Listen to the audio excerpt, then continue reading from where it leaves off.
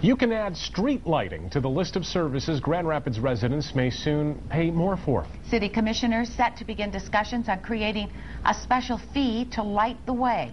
Powering streetlights in the city, part of the plan to ease the city's budget problems. 24-hour News 8's Jill LaFurgie has the story.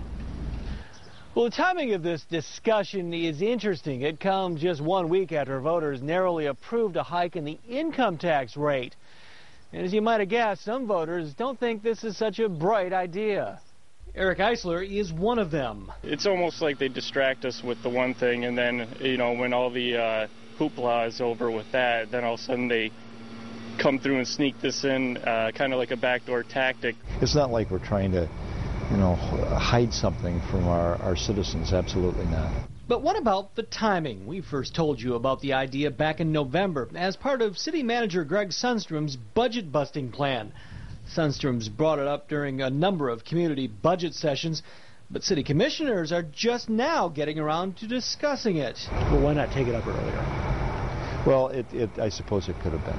Last week's income tax increase will provide $5 million in a general fund budget with a $27 million hole. So it should come as no surprise to anyone that the income tax increase didn't solve the problem in and of itself.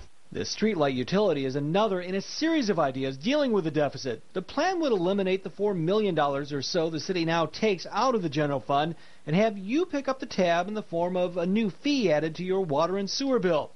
The average homeowner would pay between $25 and $48 a year. It makes sense at City Hall. In the neighborhoods? I don't know, charging for something as basic as that, on top of everything else they're charging for, seems a bit ludicrous.